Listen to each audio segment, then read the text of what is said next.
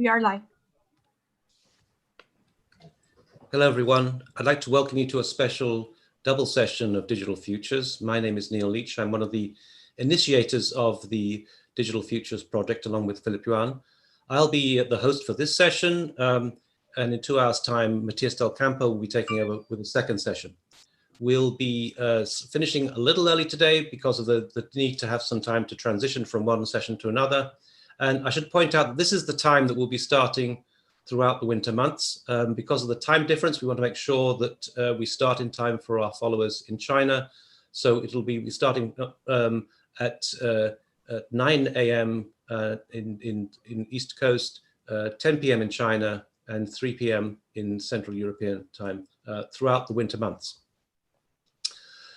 Today, I'm going to say a few words of introduction about what we'll be addressing today and introduce our guests. And then we're going to be playing a short video, a presentation that Philippe Yuan made for the Acadia Award. The Acadia stands for the Association of Computer Aided Design in America, and Digital Futures was awarded the Acadia Innovative Academic Program Award of Excellence a few weeks ago. Digital Futures, as you all know, hosted a fairly significant event during the summer. At the end of the event, I gave a short thank you address, and I mentioned that maybe once the dust has settled, we shall have a chance to maybe reflect on what is this has been contributed, and what might be the way forward for the future. So today is precisely that opportunity to do so, to think about what Digital Futures as an initiative has contributed, and how architecture education has changed as a result of COVID, and what might be the paths forward, and how we might be able to rethink the contribution made by Digital Futures. It's a great honor for me today to be joined by my colleague, Philippe Yuan, whom, as I mentioned, was responsible for starting the initiative back in 2011. Since then, Digital Futures has grown into being quite a significant organization, and so too Philippe's reputation has grown. Philippe is now a full professor with tenure at Tongji University, one of the leading universities in the world for architecture, and he's become a practitioner of international standing. Just recently, he gave a lecture for the RIBA, and I personally wrote an essay for the RIBA Journal about his accomplishments. Archi-Union, the practice that he runs, has become extremely influential across the globe. I'm not a betting person, but if I were, I'm sure I would bet on Philippe being the next Chinese architect to win the Pritzker Prize. Philippe has been teaching all over the world, including most recently at the University of Virginia. This gives me the perfect segue to introduce our next guest, Ela Berman, the Dean of the University of Virginia School of Architecture. Ela was also took part in Digital Futures. She was part of a very provocative and interesting panel that Nadi Tehrani hosted on the future of the university. And at the time, we were kind of speculating about what things might lead to. And this session really is to try and draw out and take that debate a little further. Also joining me today is Felipe Morel. Philippe is an interesting character in that he is based in Paris, but he teaches at the Bartlett in London. He lives in 2 countries. Also, he straddles the domain of theory and practice, and fabrication and computational design. Philippe took part in our panel on AI just recently, and it's a great honor to have Philippe here as well. Completing the panel is Areti Markopoulou, who is the director of IaaC, the Institute of Advanced Architecture in Catalonia, one of the most exciting and progressive schools in the world that's only been going for, I guess, about the last 20 years, and has now established itself as a leader in the field. Areti was also part of the discussion that we held, one of the discussions that we held in Digital Futures. She was on the panel about the use of technology that was chaired by Aki Menges, and more recently, she was part of the discussion that we had with Sanjay Sama about the future of education. So I'm going to now play for you the presentation that Philippe Yuan made for Acadia, which gives you some sense of the background, for those of you who don't know, of where Digital Futures came from and what happened over the summer.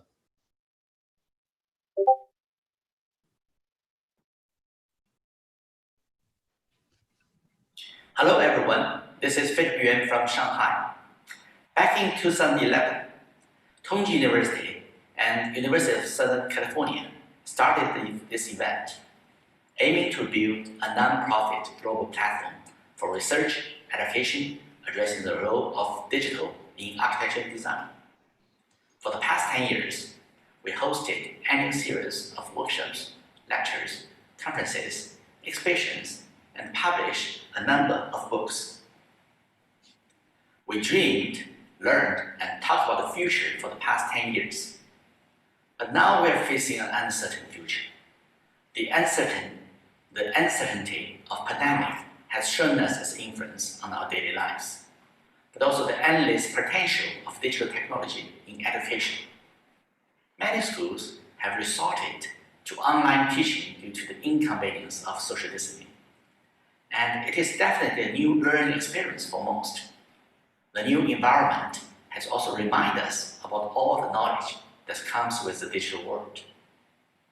They're in forms of paradigms, toolpaths, and programs made by researchers, scholars, and even students around the world, uploaded directly to the digital platforms, bypassing the many traditional reviewing processes.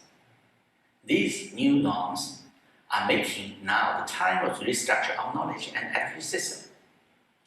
A fragmented and disparate pattern of knowledge generation is emerging, and a versatile digital platform for shared open source learning, ready to receive new information compatible with traditional institutions. A new knowledge collective must be created. And from this idea emerges Digital Futures World. Digital Futures World was a special celebration for the 10th anniversary of Digital Futures. It is contained free 24 hours and 7 days online global festival of workshops and panel discussions involving some of the top architects and educators in the world, which took place from the 26th June to the 4th July 2020. It was probably the largest online architecture festival ever staged. It consisted of 80 workshops exploring all aspects of digital domain, and over 30 lectures and panel discussions, which attracted 12,295 applications from 33 countries, and was followed by an online audience of over 500,000 viewers. Importantly, all workshops, lectures, and panel discussions were available for free. We have successfully invited some of the most famous architects, theorists, and academics in the world, including Peter Eisenman, Achim Menges, Philip Bloch, Tom Mann, Wolf Prix, Mark Burry, Roland Snooks, Bernard Stiegler, Yan-Song Ma, Patrick Schumann, Sanford Quinter, Nader Tarani, Hasim Sakis, Mi-Jin Yoon, Jenny Sabin, Areti Markopoulou, Bob Shell, and Matthew Thompson for lectures, talks, and various activities. In the past 10 years, Digital Futures has evolved from a local event to a global phenomenon. However, due to the current COVID-19 pandemic, the annual workshop in Shanghai has to migrate online, which opened up possibilities for more international participants and attract instructors from 91 institutions in 33 countries. This year marks a new high for application numbers in Digital Futures event. The applicants come from 71 countries, all continents, 1,057 institutions. Among the 8,920 applicants, 7,329 are current students attending various schools around the world, such as Tongji University, UC Bartlett, RMIT, and many others. These applications are, as you see, from all over the world. all connected on this online platform by Digital Futures 2020. Thanks to all the instructors, students, and organizers who contributed so much to the initiative, we have evolved from a small group of people to a truly global event that can invite some of the most prominent educators in the field of architecture, that can offer the students great opportunities that cannot even imagine years before. Thank you very much. Thank you, everyone. Thank you. Thank you, Philippe. Thank you. Thank you. I'd like to start maybe by posing a question to Ela. Ela was, as I mentioned, part of a discussion that we held with Nada Tirani about 4 months ago now. And I think it was an interesting discussion because it raised a number of questions about how education could potentially be democratized by initiatives such as this. And what I found interesting was the fact that in another session, the one in which Areti took part with Akim Menges, a similar kind of suggestion arose that this may be some kind of template as to how we might go forward in order to kind of democratize education. So I wanted to maybe ask Ela to maybe reflect on, 4 months later, how do you feel about this initiative? And as a dean of a school that has faced extremely, like any dean, has faced extremely challenging times over the last 4 months, what are the lessons do you think that we can learn from Digital Futures? Thanks, Neil. It's Ela, by the way, since my name seems transformed around the world, I've discovered. I mean, one of the questions for us to ask is the larger value of education and the problem of access, which ties back to this idea of democratization. That is, one of my colleagues has referred to as the issue that education has become a luxury commodity. And of course, we're dealing with that fact right now in the US, how the current election is playing out. That could be solved, let's say, by public education or good public education.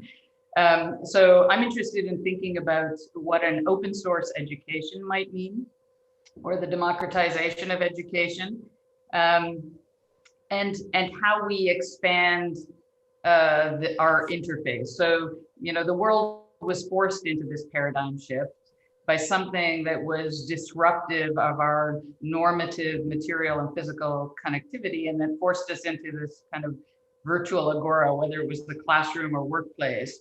And material systems and services are the things that couldn't adapt, but we adapted incredibly quickly, which is sort of fascinating to me. But I also am aware that this adaptation couldn't have occurred in the same way 10 years ago, because it's dependent on the technological platforms and interfaces that we're working with. And so how those evolve also determines how this new model, let's say, might evolve. And what I'm questioning right now, many assume, of course, that this is temporary and that habit will prevail. And when the pandemic is over, we'll return to our older models. Like we do when the floods recede and people just reoccupy their coastal houses without rethinking how they might be living. So the larger question for me is, do we let this habit prevail, or do we use this as a launching pad for a new form of university, a new educational model, a new form of research collective? And I wanted to maybe start with the idea of the dispersed classroom. So one of the things that perhaps is most interesting is the transformation of the idea of a university as connected to a specific place and a fixed group of individuals, both faculty and students, to an entirely new, highly dispersed, interconnected model that isn't grounded in a specific location, city, country, but offers a connected platform for faculty and students to come from across the world, drawing together expertise on the one hand. And I think that's one of the most amazing things about what occurred through the Digital Futures platform was this incredible condensation and consolidation of expertise. And on the other hand, those wanting access to this expertise, which which for me is not just a new model of education, but potentially a new model of work and practice and research. The other thing that may be key to this is how we think about how education gets structured, or how the offerings of the educational system get structured. Right now, they operate based on curricula that are dependent on credentialing systems. The idea that this could also be transformed, that individuals link up with micro courses without credentials. Neil, you had referred to this as a form of educational tourism or intellectual nomadism, which I quite liked. Another way to think about this, which draws from other digital models, is the idea of a mass customized education, right? Where individual units could aggregate to form new types of credentials, but these forms of aggregation aren't necessarily tied to a specific time period, a mode of sequencing, et cetera. Because I think that we are still operating strangely in an industrial structure of education, where students, despite their unique experiences, often operate as cohorts that work in lockstep, right? Doing the same projects, learning the same way. And the differences of instructors or individual choices might impact that system, but a truly mass customized education could produce a much higher degree of variation. So I think this is potentially a new model in multiple ways, both in terms of the idea of access and an entirely new way to think about the collectivity of let's say, intellectual capital, and how that gets dispersed across an entirely new medium.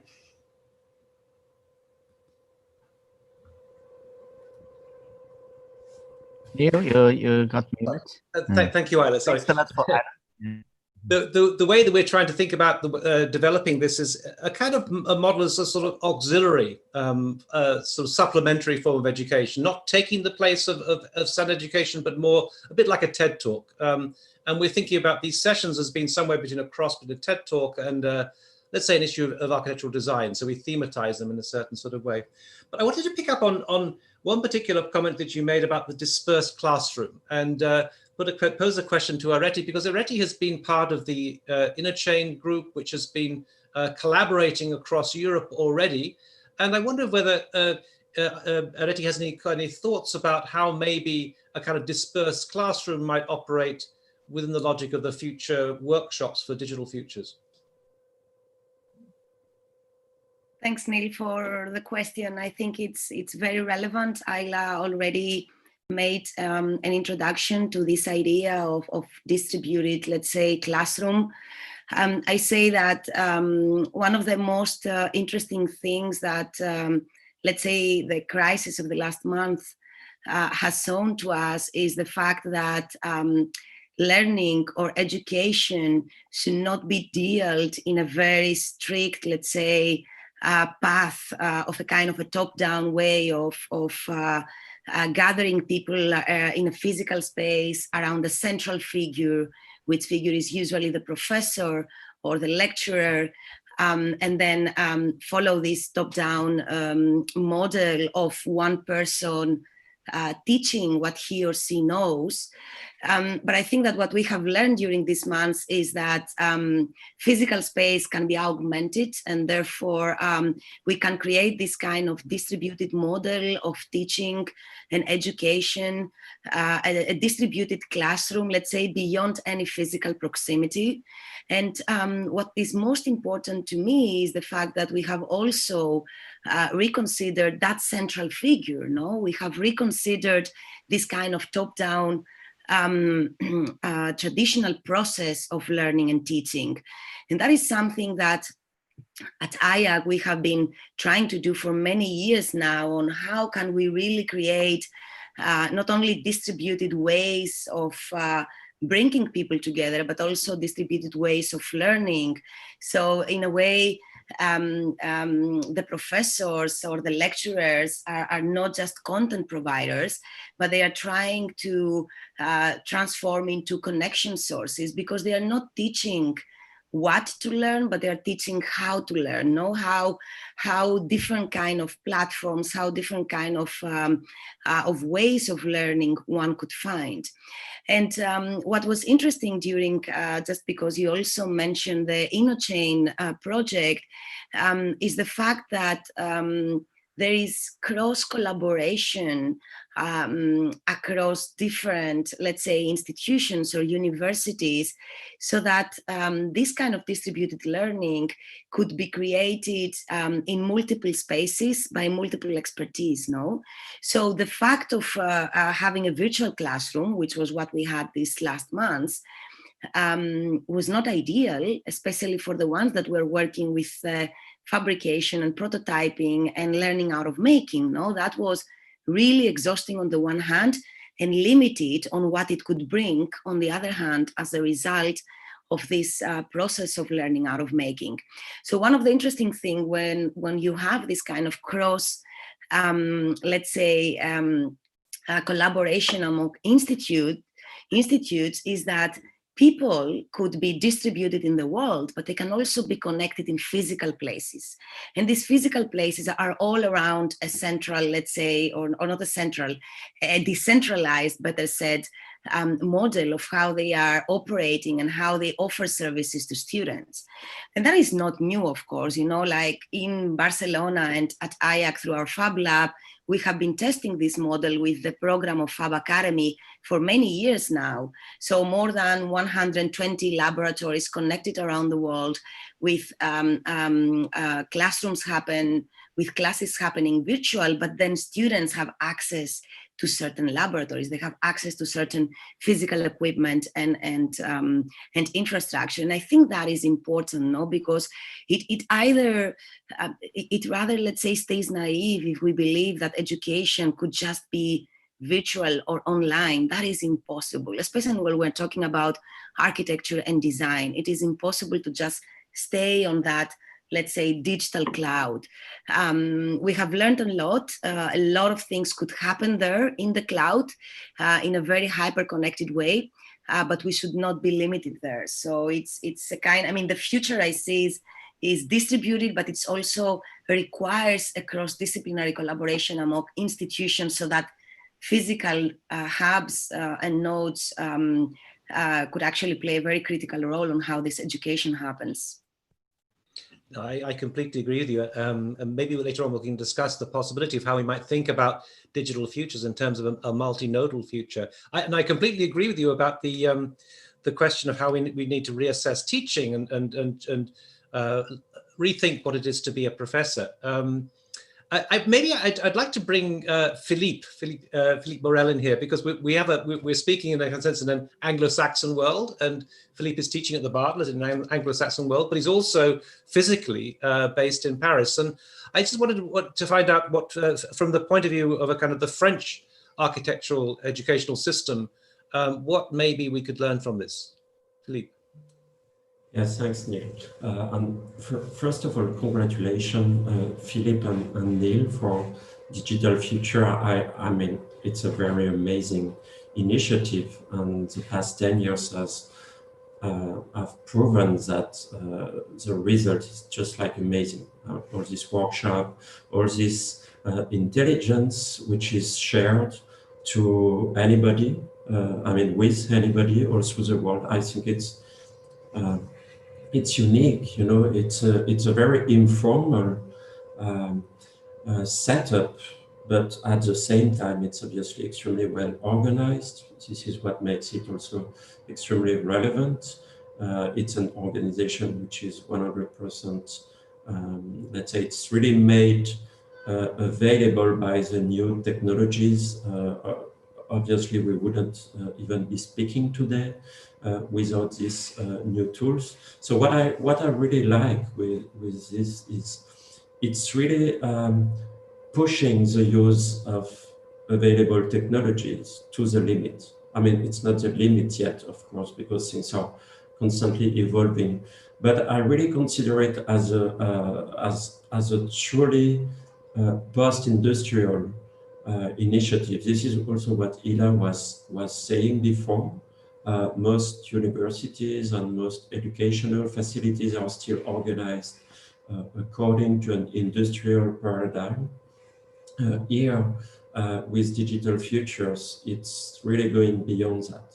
I mean, it's a highly contemporary way of bringing intelligence to the people. So regarding the precise question of Neil, what could be the relationship between this initiative and what happens, for example, in some countries I know well, you know, like France, is that my feeling is maybe we can still learn some basics, and we can still experience some studio culture, and maybe also we can share things physically, and also sometimes I agree with Areti. You know, I'm definitely a proponent of e-teaching or e-learning, but at the same time, you know, even myself as a student, I really remember how important for me it was to go in the different studios in my school. When I was a first-year student, it was very important for me to jump. I mean, to climb one staircase and to visit the second year student and the third year, 5 years, etc., so that we can see, you know, how it's organized and what is the evolution of knowledge. You know, what is the let's say the learning curve.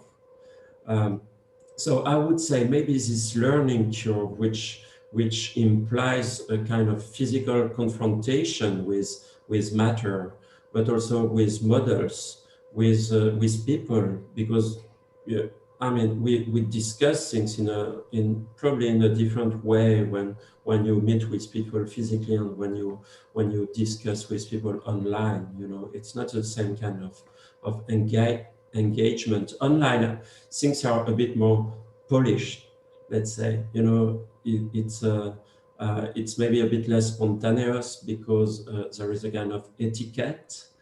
So sometimes when you learn, especially in those disciplines like architecture or art, which are ultimately very much ideological or which implies, you know, some strong intellectual positions, it's nice to have this direct engagement with people.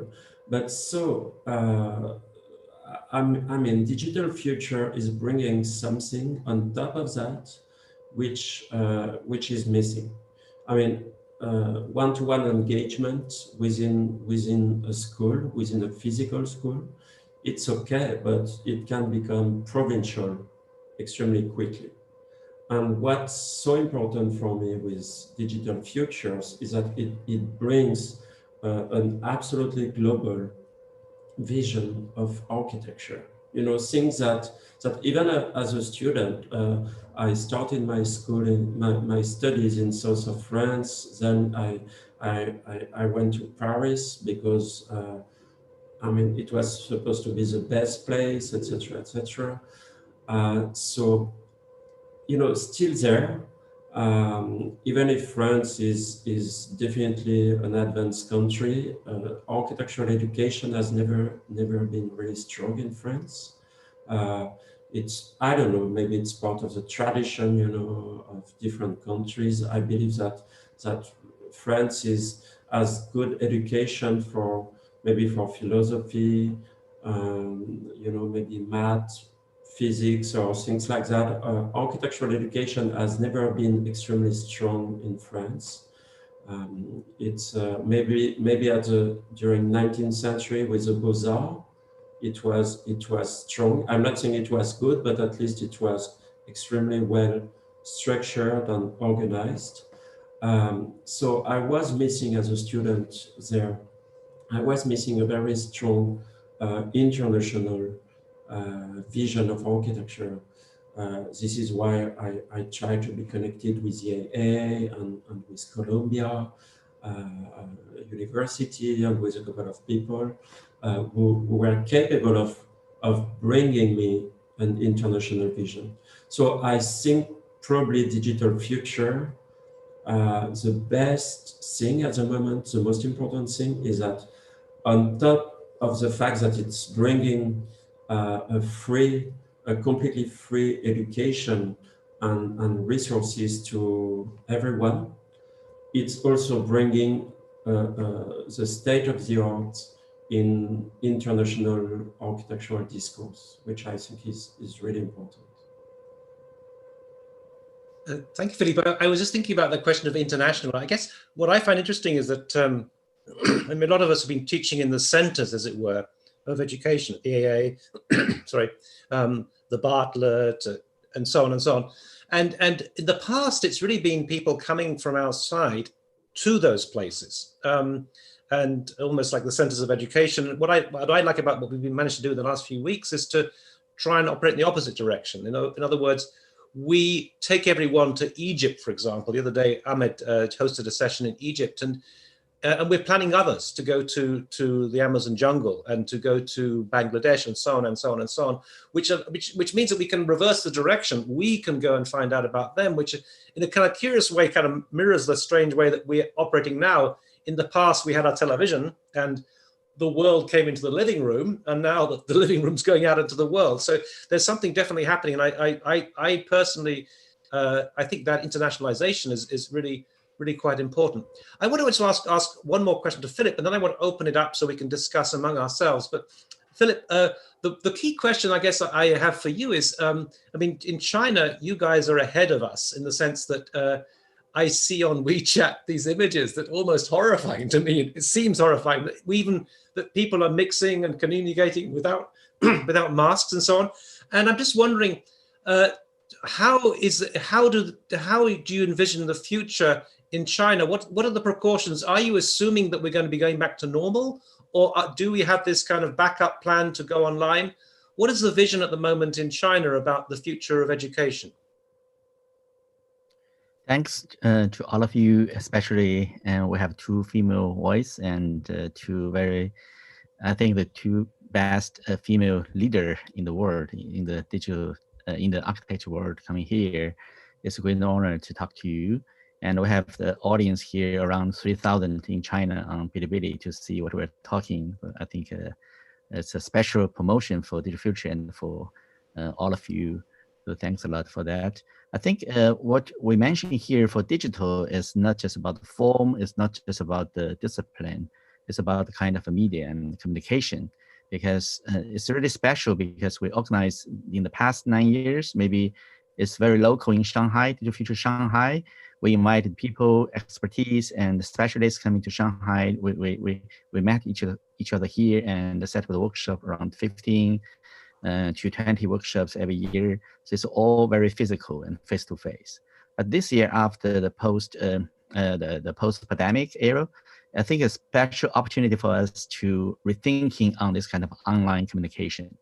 That's really digital. And the digital meaning is not very physical. It's the online communication make us really special this year because we have thousands of applicants try to engage into the process. I think that's especially give us opportunity to rethinking on the communication and what is digital future actually is a kind of how to think about the knowledge system. Maybe it's a special ways to learning from each other, and we have a lot of very special expertise and how to listen to their voice and how to understand what they're thinking.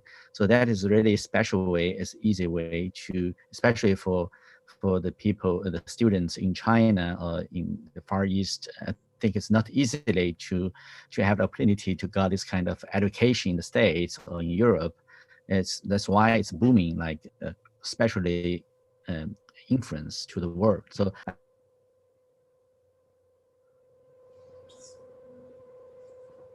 You are muted. Philippe, you are muted. Okay. I think it's an opportunity to open the knowledge system to a such a big world, such a different world. So I mentioned it's kind of, we should make, the future is a kind of non-local locality. So we have some very local culture, but at the same time, the global knowledge system changing the whole world. So in China, I think we try to set a culture with learning from the world in the past 10 years. I think that's a very important thing to reorganize the learning process, because it's not just learning from the professor. Sometimes, especially the young generation, the PhD student, they try to set up their new friend loop, some new society. They can organize the knowledge system by themselves. I think Digital Future gave us a new opportunity for the young generation, especially some researchers. They're followed by their interests, followed by their friendship. They met people, and also they set up their own friendship with different generation and different nationality. So I think it's really something happened right now for the young generation, how they can learning, not just from professor from university. They try to learn some cross-discipline knowledge by the totally different online ways. So that's the challenge to how we set up the university. So I think the digital, from my understanding, is very different, or the special moment, especially in 2020, to rethinking on the education system. So that's maybe not the very solid answer, but I think it's a special transformation era right now. That's happening, really happening. So 2 days ago, I made a speech in the National Science Foundation in China.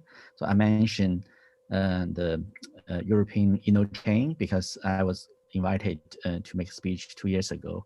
I think this is a super good model, because in Europe, so many different countries, but they set up a special foundation to sponsor the PhD student to make their very special research and have some exchanging platform. It's really helpful to not just to one country, but it's like a multi, I think it's dozens of countries. The students and professors have a special opportunity to set up some special relationship and exchange program by that. I think that's not the level in the undergraduate school, but it's in the PhD level. That's super influential.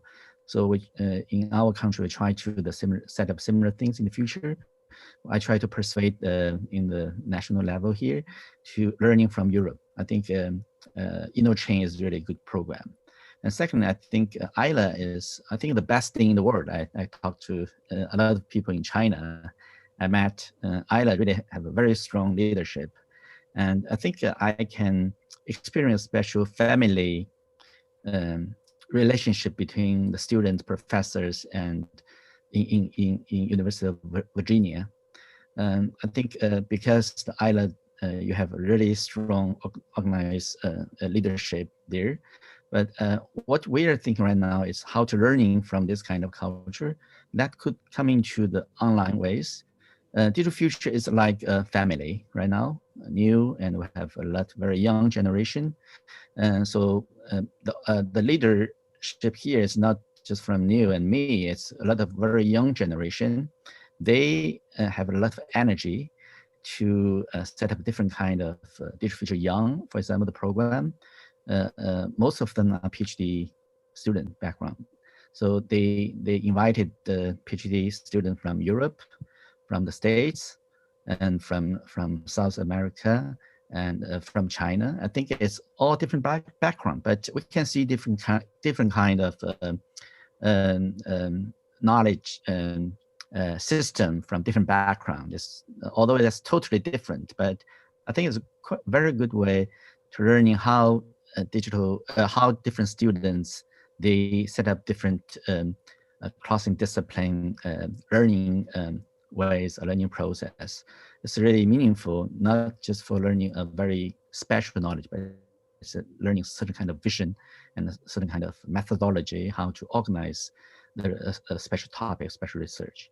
I think the level right now, we mostly focus on the PhD student level. That's really meaningful for Digital Future Young. And also we have some talk like DigitalFuture talk here right now, talking about education, and also we have some keynote talks. We invite some specialists in timber structure, for example, or in the robotics, or in the artificial intelligence. The next 1 hour will be the artificial intelligence topic. So that's a special topic. I think all these events, most of the events is organized by some very young generation. I think most of them are the PhD student. That's really special. I think it's kind of like a kind of family style. I learning from Ela. I think Ela, the really strong memory for me is great thanks to Ela's invitation for me to teaching half a year last year in Charlottesville. So in the future, after I think the pandemic, I want to invite Ela to come into Shanghai for your very warm host for me in the States. I think that's a way how to exchange the culture and the learning from each other. That's extremely important. I think online communication changed a lot. I think especially it's about the human mind things is still the relation between the human being. The online things will totally redefine this kind of friendship and the relation between human to human. So thanks a lot for Ela and Areti. And Philippe Morel is a very big name in China. So we have a lot of students go to study UCL. I heard your name a lot. So very nice to have you here. It's a great thanks to rethinking on what we're doing. Although everyone is busy, and I think DigitalFuture gives like some education plus. It's something different to the university system, but it's really helpful, especially to the young generation. So that's what we're doing, and we're looking forward to help more young generation because we have a very big army, not just I think the best school in the world, but we have very big number of the architecture students in Asia and in India, including India, China, and in Africa, this kind of country. So I think it's a way to help the through a digital ways, communication ways, the knowledge can spreading out in the world to help more people. So thanks a lot for your participants today, and thanks a lot to you. Yeah, thanks, Philippe. I mean, it's great to see that there are so many followers in China, and it's wonderful to know that we can be of a service. You talk about learning from Europe, and I think the States could probably learn from Europe, and that kind of collaboration that Interchain manifests. I would like to see that more of that over here. I'm a European myself, I should say. But actually right now, in some ways, we're learning from China. I mean, we're learning from China in how to handle the pandemic. Maybe we haven't learned enough lessons, but I think we're also learning from China because you guys are ahead of us. I just wanted to maybe press you on that question about what are the aspirations in China about opening up universities physically, because we have a different cultures elsewhere. In the UK, I know that certain universities are trying to push to reopen because of financial reasons. They make money out of halls of residence, and therefore they want students back on campus. And in the States, there are various political reasons why in certain states we're expected to be recolonizing the campus. But I'm just wondering, in China, how do people view that? What are the plans, and are you confident moving forward, or because we're following you in many ways?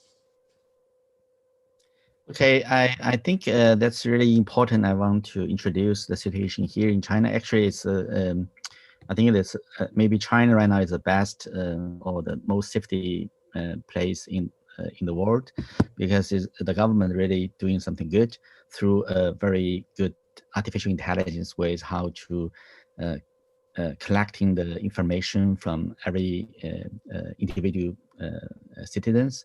But at the same time, I think I talked to a European specialist 2 days ago from Germany, and he asked me the similar question. I want to show you here. If I turn on my mobile phone, you can see. You see that background? Yeah. Yes. So it's a special code. That's a label system to everyone. This green code showing you're healthy, and the red code showing you're not healthy. although it's kind of challenge to the privacy, because at the very beginning, a lot of people, including the young generation, don't like to label themselves. But the government in China is a very strong top-down system because they make some decisions. Sometimes you should follow the rules. If you want to enter some public buildings, including universities, you must show your safety, you're healthy. So I think it's kind of privacy versus healthy problem. You need to make a decision to if you want to open your privacy by your mobile phone, because the mobile phone is tracing you where you are and where have you gone, and your health, the temperature of your body, this kind of information. It's I think it's label system to individual people. So European and American, a lot of people criticize in this system because it's kind of opening your privacy information to the government if you want to do that. Maybe it's really difficult. I can understand in the States. It's impossible in the States to collecting this kind of information, but it's happened in China from the very beginning, from February or from March. The government set a special link to your WeChat because 99% of Chinese, if they have a mobile phone, they will have the WeChat. So this kind of label system, timing label system, help us to overcome the pandemic. This truly happened because it's really from artificial intelligence ways to collect information from where you go tracing your alert. It's belong to a certain department in the government. It's not open to the other department. It's only very special. They can tracing some unhealthy people and how they behavior in different kind of public space. From this kind of digital ways, actually, China control the situation. So, but I think a lot of people criticize on the privacy things because it's open your own information to the government. That means, is that possible in the world? I don't know, but that's happened in China. It's really worked. I think because the safety is the most important under this situation or this circumstance. So that's what I want to say. The digital things is not just happening in the discipline, the knowledge system, but also in how to set up a smart city or the safety or healthy city. And should be make discussion. I think after 1 year or several years later, maybe the whole world should research on this kind of model. I don't know after the post-pandemic, if still the government can tracing you from this kind of system. So that is really a big discussion right now, especially the young generation here, because they provide you a special opportunity to the safety, but at the same time, it's open your privacy. So that is something we want to balance and to make the options first. And secondly, I think what's happening in the past half year in China is really positive. Economic situation and the university system is really more open, I think, open alert, because a really good social support or investment go to the technology and invest more. I think in the past few years only go to the real estate market, but right now it goes to technology, science. So the kind of research is really good. They special more, they focus more on this kind of research, R&D research, and this kind of development. So that's a very good things. Really make super fast progress here, I can say, because I traveling not only in state but also in Europe a lot. But I think really positive from the government level to push China goes to the right direction. I think that's good, but it's not a bottom-up process. It's a top-down process. So sometimes it's really difficult to say the democracy. Maybe the democracy gave us a very special from bottom-up democracy, but sometimes the top-down democracy is also good. I think especially post-pandemic era, how to overcome the difficulty and how to do something right from the holistic perspective. I think maybe that's a question. I don't know if it goes to Neil's answer, but I think China is really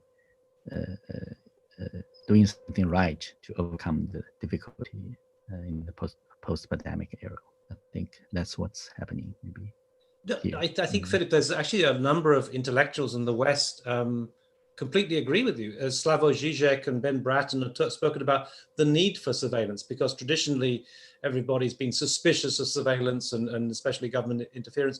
And it's become a hot political issue here in the States, in the sense that Democrats wear masks and Republicans don't wear masks and so on. It's so, but I do think we need to rethink some of those kind of questions.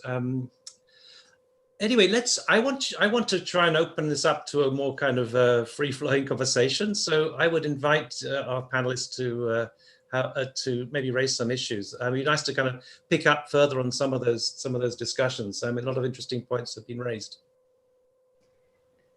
If I may jump in, Neil, because while Philippe was talking, I had a couple of thoughts in mind, especially when he was explaining about this important tool, let's say, of the app to fight the pandemic, and then of course, like all this idea of collecting information and data on how people move or how people feel eventually in relation to the education and campus, which was your initial question. And I think that there is an interesting topic in relation to time-based occupation of spaces that we haven't really taken very seriously, although this pandemic was the appropriate, let's say, circumstance to do that. It happened the same with our cities, with our public space. Instead of thinking of planning in a more intelligent way, using data about how much public space we have per habitat, like how much square meter of public space per habitat, where are the inhabitants, and let's map our public spaces and let's create a timetable of how people could use the public space in different slots, rather than saying that we close all the public spaces in cities, And the same could be eventually applied in the campus, like try to think different kind of ways of occupying space based on time, based on profile information of the students, based on, like, of course, different kind of setups of the classrooms in terms of ventilation, orientation, etc. And I think that this is, it works in different scales. And I have been thinking about this a lot during the last months, because it has been really not the most optimum way or decision for me to just close everything and just prohibit, like the use of the city, the use of the campus, the use of certain spaces. I think there are more intelligent ways in using data, using data science, using AI behind data science, and of course, using creative design and planning and mapping, we can come up with much more than what we have been, let's say, doing in terms of decisions for facing that pandemic. Yes, I think it's very good comments from Areti. The things happening here is really someone collecting the information, collecting the big data, who you met and where have you gone, and people can tracing your behavior, and if it's safety or unsafety. So right now it's 100% open in Shanghai, for example, but it's based on this kind of very careful and very strong city intelligence to tracing the healthy people and unhealthy people, and to categorize them who is healthy and who is unhealthy. I think it's kind of open your privacy data and your behavior in tracing you from private space to public space and who you met. And so it's totally a kind of artificial intelligence tracing for human behavior. It's very high advanced technology, but it's not just in the laboratories. It's happened in the city. So that's why it's 100% open on campus in Tongji, for example, is because when you enter the gate of the university, you should show them your safety, your safety label, which represent you are healthy. So they believe in this because the technology can tell you you're really safety. So that's something really happened. We need more time to make research on how the government make sense on that. But it's really happened in the past 4 months. The government control everything by this methodology. Because really high density, you cannot imagine the population density here in China and how many people we met every day by bus, by some taxi. But if anyone who got fever and who you met, and they can tracing very strongly and easily, and will give really positive feedback to what's happening. So that is really what we see and experience in the past few months, past half year. So, but it makes sense right now. Every public space is totally open here, and based on this kind of big data and city intelligence, we have a lot of expertise from different background people, and they're working on this, but it's really super fast, and which the most important, which makes sense. I think that's the technology gave the city management, and I think the city mayor is not one city mayor make decision; it's a system. But on the other side, it's kind of a privacy issue. So I don't know what will happen in the future after they set up this system. So it's like a city have a brain to control everything, but you like agency is you open your privacy to the brain, and in future, all including the automatic cars, the city can tracing you, and every human being they can tracing you. So what will happen in the future in the city? So that's a lot of young generation make huge discussion on that right now. It's really a good topic. So I don't know the real answer, but it is really because of digital, because of the information age is really coming, including how we understand city as a city, and healthy as a healthy, and how the city can organize this kind of high density issues here. So that's a very tough question. And I think it's a really good topic, but who knows? Maybe right now the safety is the most hierarchy, most important thing. we should solve firstly, and then the city can make progress. That's the second hierarchy things. Yeah. Probably. Oh, sorry. You can do Ela if you want. No, I was just going to jump in. I mean, in relation to what's happening in the States, individualism doesn't help solve collective problems or collective epidemics. So we've seen in the States the limitations of individual freedoms since they don't ever take into consideration your impact, right, on the larger collective. And I think sometimes it's oversimplified when we talk about it just in terms of surveillance. Everybody is on the internet every single day. Their movements are being tracked all the time. And that's why they're getting certain advertisements, et cetera. And it's been part of the entire history of what's going on in our political climate. So I think that we have to be a little more intelligent about this. I'm very interested in this notion of time-based occupation of spaces, but multi-agent systems that become highly localized but intelligent. So those forms of intelligence that are connected to individuals on the one side versus those that might be embedded in physical infrastructure on the other. And both of those are operating, and how the complexity of systems like Uber can be applied to individuals. There's an app in Virginia right now that you can download that will, basically track your location in space and it's part of a contact tracing, so that if you get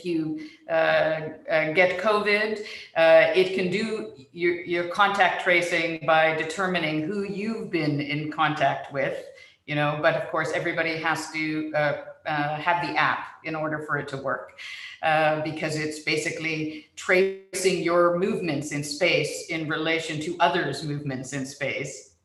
And so part of the question for me is there's always this idea of someone or something like the government overseeing, as opposed to information that's operating within a system that multiple individuals have access to, right? And that's a very different idea. It might be that information becomes democratized in that way. The other thing I was thinking about, and this goes back to earlier comments by Philippe in relation to location, and this is more to do with thinking about this kind of larger global platform. You know, I've always thought of the city itself as an invention, right? That the city was a social condenser that forced different people from different worlds and backgrounds to come together. And, you know, part of the question that we're asking in relation to this larger platform is how we think of this as a new model, perhaps a new condenser, right? Except we've seen it happen within social media, and this is more as a kind of larger intellectual platform, how this might become a new kind of global condenser, not just as a social condenser, but an intellectual one. And I think there are many models that we can draw from to think about how they transfer from one domain to another. And this is the place to start thinking about it. Philippe, do you want to say something? Yes. On top of what Philippe said, is that my feeling is that even in the post-pandemic scenario, we will face in a very strong manner, you know, the necessity of using data-based social management or data-based space management. You know, that I mean, smart cities are mandatory at some point, at the very moment.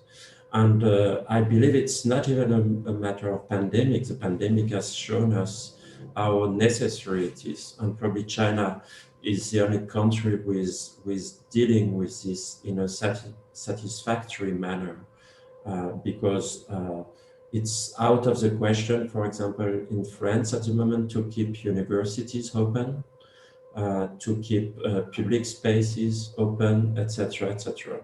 I mean, hearing that a city as big as Shanghai has everything open is just amazing. You know, it's really amazing, because even small cities in France are totally closed. You know, everything is shut down, all the stores, even the small ones. So it's clear that this pandemic shows it's an accelerator, and it shows the necessity of data-based management in cities. What's difficult when it comes to education, and here I refer to what Areti said, is that, you know, maybe we can share the space. Maybe we can imagine having like half of the student coming in the morning and the second half of the student attending or entering the buildings in the afternoon. But the problem is that when you go to a museum, or when you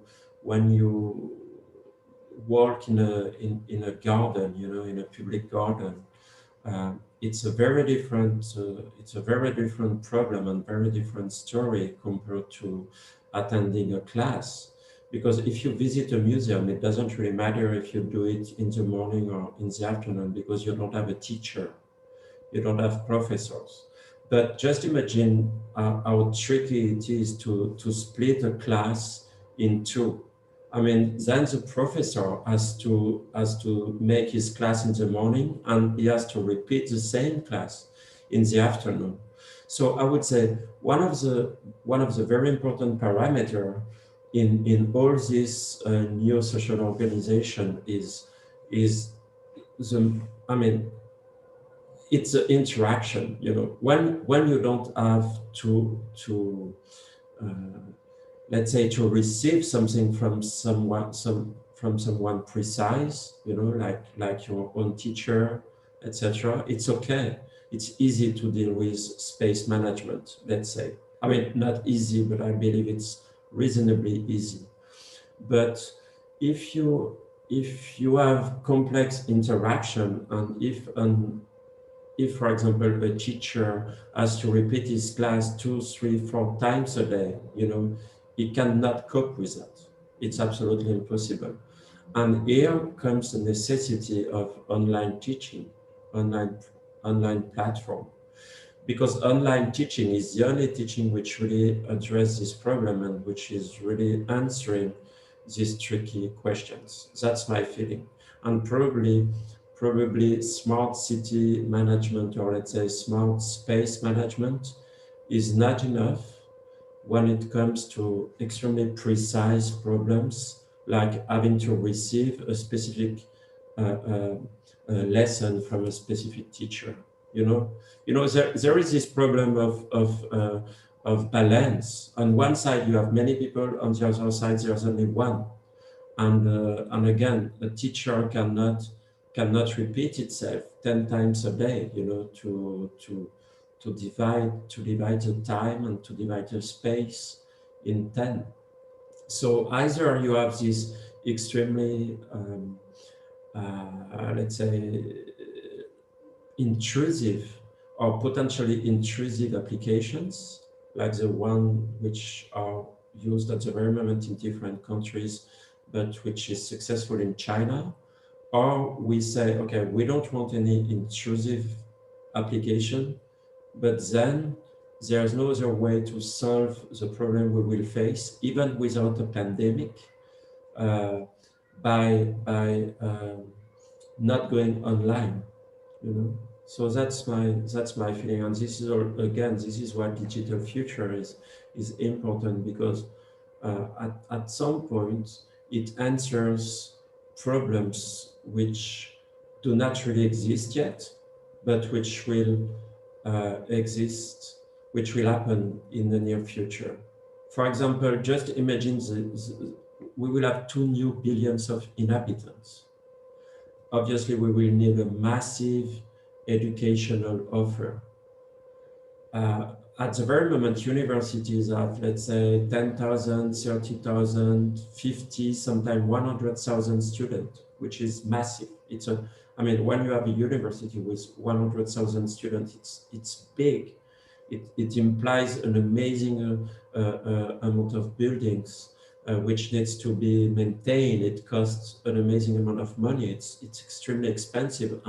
And as Neil said, I think a month ago or something, you know, during the summer break, for example, these buildings are totally empty. You know, so it doesn't really make sense, economically speaking, to have this kind of setup. And again, with 2 new billions of inhabitants, we will not be able to have universities with 2 million students. What does it mean? What would be a university with 2 million students? You know, a city that would be empty half of the year, you know, or something like that, which is, it's not sustainable. We are speaking about sustainable design, but this is in itself, I mean, it's absolutely unsustainable. So online teaching is not only a new offer, it's a necessity, and we have to consider this extremely seriously, I believe. Can I just as a response, Philippe, because I think what you brought up is critically important, right? It's the greatest argument to get beyond, you know, this notion of sameness and mass-produced systems on the one hand, and the idea of single use, right? Single use spaces. When we think of these things in time, I mean, right now as a model, you know, we've been experimenting with the kind of hybrid model and finding those things that work and those things that don't. But even the notion that all teaching sort of happens in a synchronous space, right, is problematic, because you can imagine that if you combine the asynchronous with the synchronous, that people can, that certain things that get recorded, for example, anybody can access that at a different time. And then you can meet individually over different times that are not necessarily linked up with that. And at the same time, I think there are other ways of thinking hybrid, what happens face-to-face and in person versus what happens remotely. We've been thinking that through our own studio space, for example. I mean, our classrooms have always been time-based, but studios were not. So we developed a model, for this fall because our students are back, but most of our classes are still online or hybrid. And we developed a model that was an experiment. We had students that were A's or B's that would come in and they were time-based, they could occupy the space at a certain time.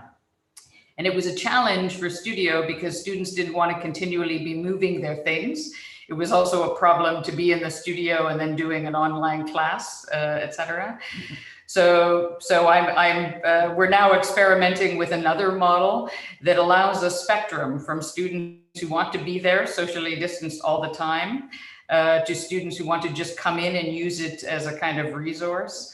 And my argument was that, and this comes back to the kind of multi-agent systems that are highly local, that you establish a set of local rules that might apply to a mode of use. So it's not applied to the space, but it's applied to the activity.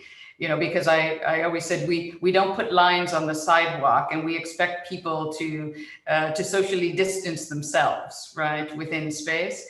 And so we apply those rules now to the studio, that students can occupy it, like a swarm, but they have to, adhere to certain rules in terms of a desk they select or what period of time, etc. And I think we just have to start becoming more creative in the ways that we're rethinking these systems. And I think the digital and how we think about data is an enormous part of this, right? Because it's almost starting to think space out, and the use of space algorithmically, or to think about the way we schedule or teach in an entirely different model. And I don't think we've experimented enough with that yet. But I actually think this is forcing us to think it in a new way. Can I pick up on that? I think that fantastic points and really interesting conversation. I mean, I'm a big fan of online teaching. I teach 3 times a week, and I'm on the West Coast. My students are mainly on the East Coast, but actually one of my students in Germany, and it kind of works. And the comment that came through from one of my students was, when I'm on Zoom, I feel like I'm in the front row of the lecture hall, and they kind of butt in, and I turned my 110 student lecture into a 110 student seminar. We literally try and open it up so we have a discussion more than anything else. But I think the question, I just want to add something about the comment about time-based occupation of space, because I really think that's important. I think years ago, Bernard Schumi was talking about that, how you could be cross-programming and so on. And one thinks, for example, of models like Las Vegas, where, on the one hand, it's a gambling place, but it's also a conference place, and it's also a family holiday place and a dirty weekend place, and so on and so on. And I think in some ways we need to think about that more in educational systems. Of course, there have been those cases. I mean, the European Graduate School, which operates in Saas-Fee in Switzerland over the summer, they literally parachute in for 3 weeks. They don't own the spaces. It's sharing economy. And because it's the off season for the ski season, it kind of makes sense. And I would really like to see that kind of model brought into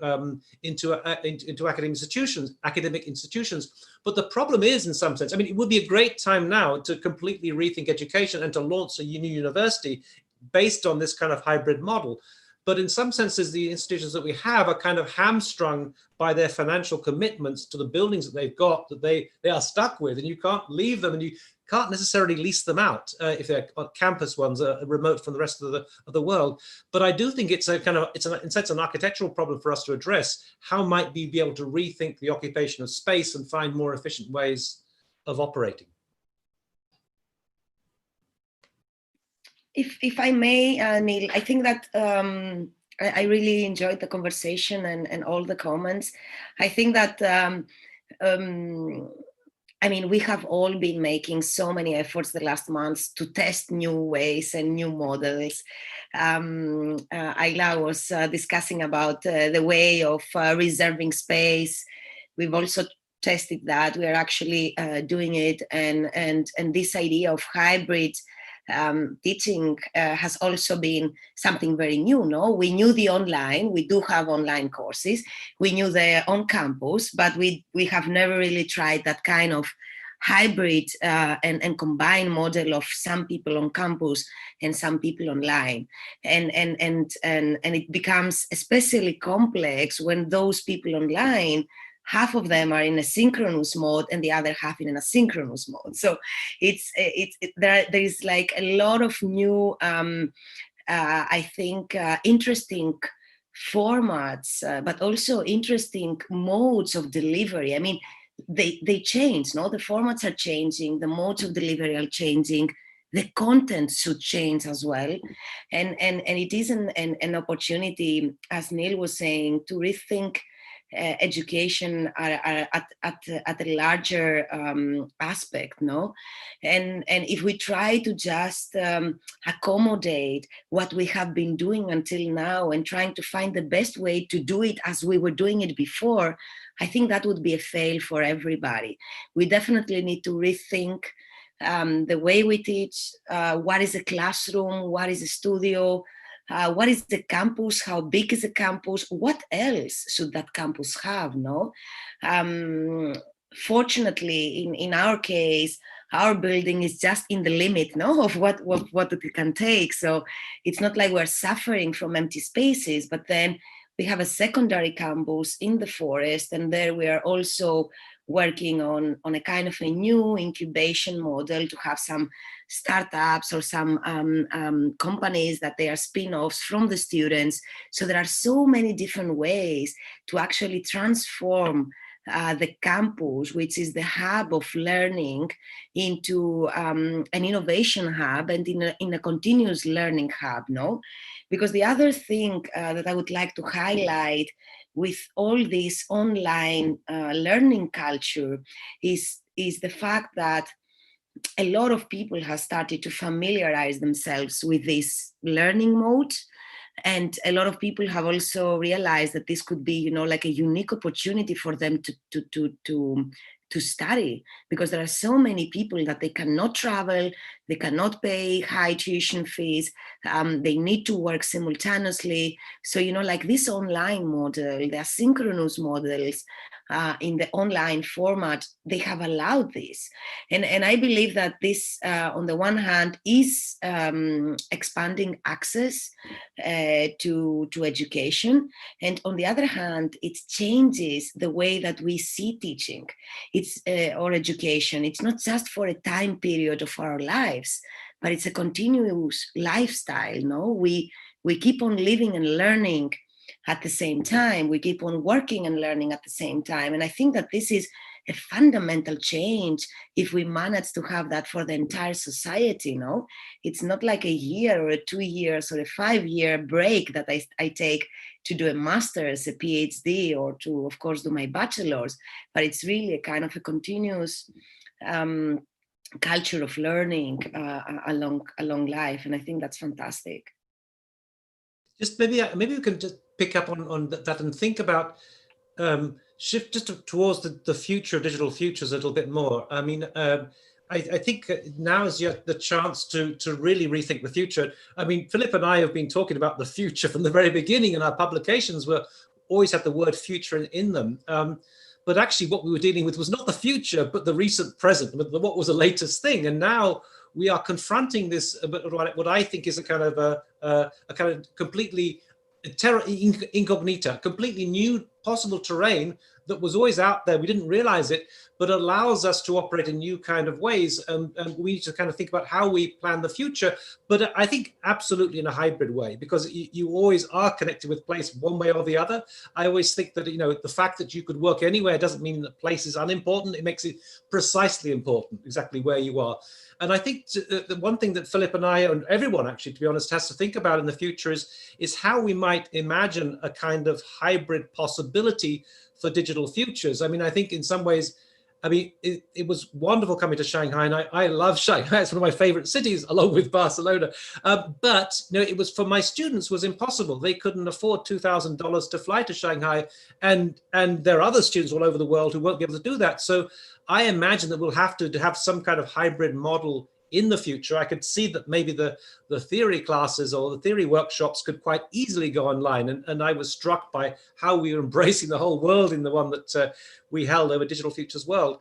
But I'm just wondering what possibilities there might be for a kind of, I raised this question, or in fact, I think Areti, you raised it originally a few weeks ago, about a possible multi-nodal operation for Digital Futures, where we could be a hybrid operation. We'd have spaces, physical spaces, but then a kind of a connected operation. So I want to just throw that out there in terms of what thoughts you all have on this question, might have on this question. Is that a question to Philippe? Yeah, to everyone, to everyone. Yeah, maybe. Yeah, no, go on, Philippe. I think it's, I agree, this kind of hybrid ways in the future, because I think our digital future is still going on next year. Every week, every Saturday night, Saturday we have this kind of talking program, invited very young generations, especially some PhD students, present their research. I think it's really attractive globally. And also from this young generation, we can select very good advisors to teach in the workshop every year. And I think next summer, we're looking forward to set up this kind of maybe hybrid, maybe theoretical courses can go online, or this kind of international talk to from different countries. But still, I think we have some physical workshops, especially some robotic fabrication and some program courses. I think it still could be organized based on different time zones. Already a lot of young generation talk to me. They are looking forward to engage into the future workshops. I think I agree. It's a hybrid model, especially for our platform. And secondly, I'm right now trying to set up a magazine, which we try to collaborating with Springer. I think academic quality is still very important to this platform. It's not just about talking and workshops, presentation, but also about writing. So we have 4 books in the past 2 years coming out, collaborating with Springer, which is totally based on the thesis from different research groups, from Archimedes and from different research groups. I think it would be a great honor to invite more research groups who present and publish the papers in the future, Digital Futures special academic magazine. So that's also different ways we try to set up. And also we have some physical space. We have right now a Digital Future Talk space in Shanghai, which is under construction. It's more like a tech model because the physical space can host like 300 people. It's not in the university, but it's in the public space. And also some people organize this kind of physical talking space in Shanghai, maybe in the other cities. So that's a lot of different kind of hybrid ways, I think, to how we reorganize the knowledge system, learning process, and teaching process. So I think it sends a lot to Areti. Maybe Areti are busy to go to different meeting. And I think Matthias, they are waiting for the session 2. Yeah, maybe just hold on a little bit longer, Philip. Just I mean, for Philippe, you had a point you're going to make. Yes. What's nice with Digital Future is that it also appears as a kind of meta school, you know. But then the question, I think it's probably also a critical question for existing universities, is what's the point for a student to pay expensive fees in existing university if you can have all the best people from all of these universities giving workshops on digital futures for free or for a very low price, you know. So I think it's also challenging. What's nice, it's challenging the global model of education, not only in itself, you know, but also it introduces a new paradigm and a kind of competition. I mean, even if Digital Future is not created or was not created to be a competitor regarding existing institutions, you know, like great universities, I don't know, like the GSD or Princeton or UCL or University of Virginia and some others. Ultimately, it is a competitor. You know, it's a matter of fact. You know, and I think it's interesting. You know, if you look at what Uber, you know, has introduced in the regular business of taxi cab.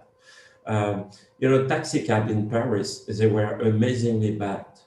I mean, the worst service you can imagine. I mean, everything was bad. It was not too expensive, but still expensive, dirty, inefficient. I mean, but then came Uber, and Uber was a new competitor, and it pushed the existing taxi cab to change their habits. And it was a new challenge. You know, they had to become better, they had to improve themselves so that they can keep competing with a newcomer, which was Uber. So maybe that's nice to have Digital Future as a new competitor, even if again it wasn't probably created for that, definitely.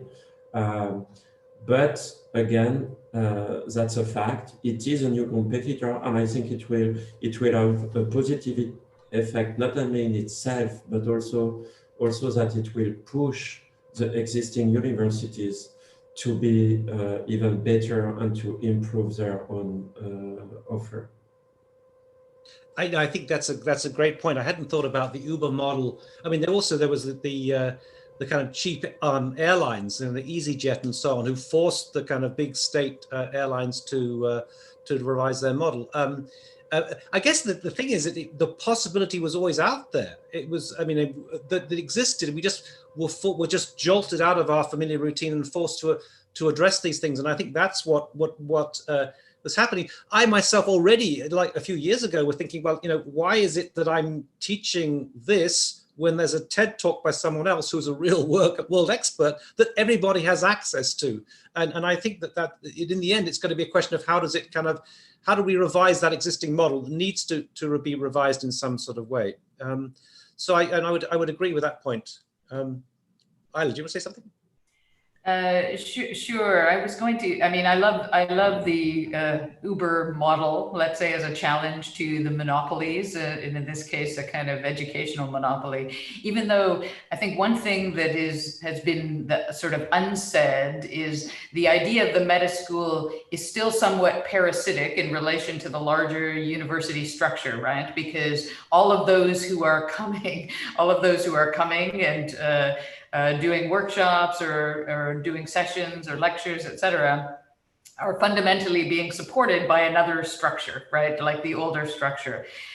So the move to an Uber model is actually a very different model, right? Which would rethink, you know, what that structure might be. But I do think that it's also interesting in a different way, not as a competitor, but the idea of a collaborative collective, you know, because we could say that many universities right now operate in competition with each other, but are offering very similar things. In some, not always the case, but as opposed to something that brings together, you know, the sort of expertise across many different institutions. I also like the idea of a kind of the multimodal operation, or multinodal, I should say, as well as multimodal, but through this notion of resource hubs. You know, one of the questions we haven't dealt with at all is how is the expansion of the interface. You know, I had sort of mentioned this earlier, that the interface is absolutely critical. What we're doing now couldn't have happened 10 years ago in the same way.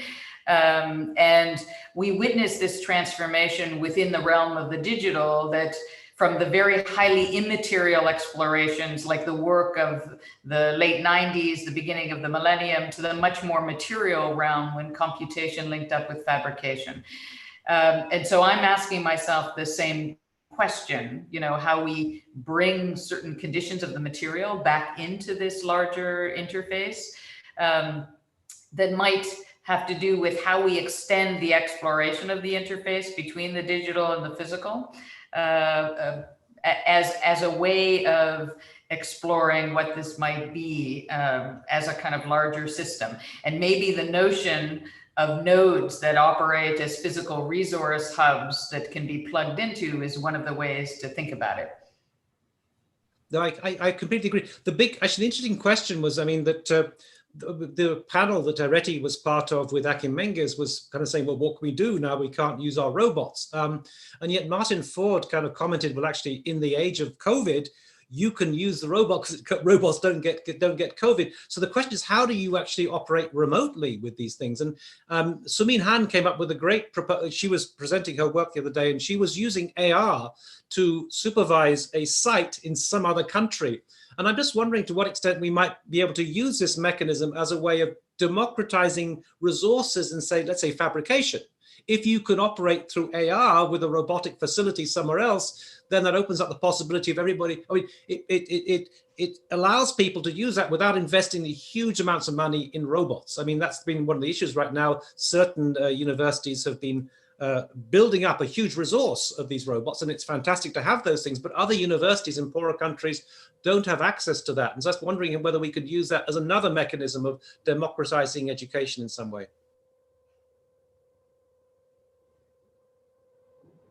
So I think, anyway, what we will have to be doing in the next few weeks, Philippe, is really trying to sort of think about how we can develop a model, a kind of hybrid model, which will allow Digital Futures to evolve yet more. We went online, but now how do we think about the possibility of embracing more people, but in a kind of a hybrid digital physical online model, which will, and I'm not quite sure what the answer is, but I think really what this has been forcing us to do is to actually be designers, to imagine the future. And we all, as architects, like to think we're very futuristic and always envisaging the future, but I often think that we're too often relying on existing models from the past, and we don't really use that imagination. But I think it becomes a kind of design problem. How do we address this in the future, and how do we think about next summer? Yeah, I think we're talking about that and making a discussion. I think right now the cross discipline is based on different kind of background. So I think in the future, probably we can organize different modular courses, very special from different discipline background. Probably that will be very attractive and helpful to some young generation. Probably some courses on the coding program and some courses on the sensoring program and some courses on the talks on the robotic courses. I think because it's happened right now, it's like every week have a special topic. I think maybe it should be more focused and could be like more distributed, organized by different kind of modular talks and on certain kind of topics that will be really helpful to some young generation to address their research and their interests based on different kind of vision and based on different kind of knowledge. And as to the communication ways, I think AR probably could be one methodology to help us to understand from learning through different kind of platform. But I think still it's not the hardcore of the knowledge itself. I think right now the quality of education is still how you can reorganize the cross-discipline or multidiscipline knowledge and integrate them to a certain kind of new creative process to the human being. So that's probably we can make further discussion on the topic, because that's really often every week happening, right? So I think it's maybe it's a beginning for the discussion to attract more people, more background people involved into the discussion. Yeah. A lot of questions going on. Would you like to perhaps. Yeah. Something. Yes. Okay. I mean, in some ways, it's actually the funny thing is when I first got involved in China with Shuai Guo about 2004. The reason why I got involved was that a friend of mine who studied in China and learned Chinese said, when you go to China, you see history in the making, and it's true. I mean, the evolution that I've seen since I was first there in 2004. Everyone speaks English, which is astonishing in many ways. But actually, more to the point, I've found that through my involvement with Digital Futures, we've been part of history in the making. Now, I think this is, kind of significant without realizing it. The fact that there are 3,000, 4,000, I don't know how many out there right now is a huge revolution. Or evolution, or I don't know what, but it's really quite astonishing. So I don't know, Philippe, whether you've got any thoughts on that. No, when I discuss with my fellow academics or friends or architects, I usually say that right after the Second World War, we had the very first revolution in education, in the massification of education with big universities, with new campus, especially in Europe, because I believe that in the US, the tradition and maybe also the historical evolution of universities is maybe a bit more linear in the US. But in Europe, it wasn't, a lot of new universities, state-funded, appeared, for example, in France right after the Second World War, and especially also in the 60s, with really new big campuses like Nanterre, in the western part of Paris, but also in the northern part, in the new cities, etc., with Créteil. Créteil University. Créteil was one of these new towns in the suburbs of Paris. So in Europe, there was this advent of new, really big campuses. And I believe that the second revolution in massive education is now the one of online education, for sure. It's kind of obvious, and again, I really want to insist on that. I think there's no alternative. Online education will be the equivalent, or is already the equivalent of the construction of brand new universities right after the Second World War in Europe.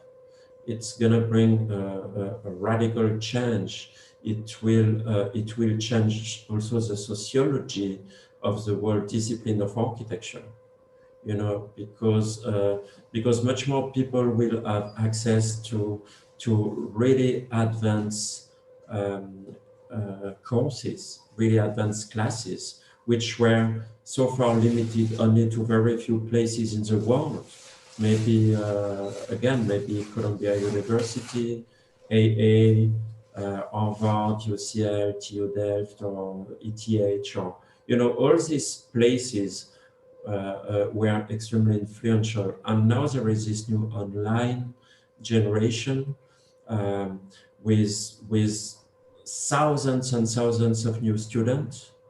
Just keep in mind, for example, an architecture school in France, it's 1,000 students, more or less, and it's still considered quite big. In Italy, you have universities with 10,000 students in architecture. But now we might have universities with 50,000, or I don't know, maybe in the future, 100,000 architectural students online. So can you imagine the impact on the whole discipline of architecture that this new generation of students will have?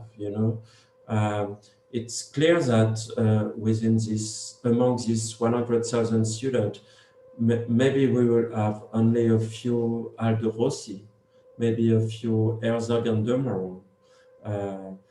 But at the same time, we know that these students are, for most of them, extremely smart.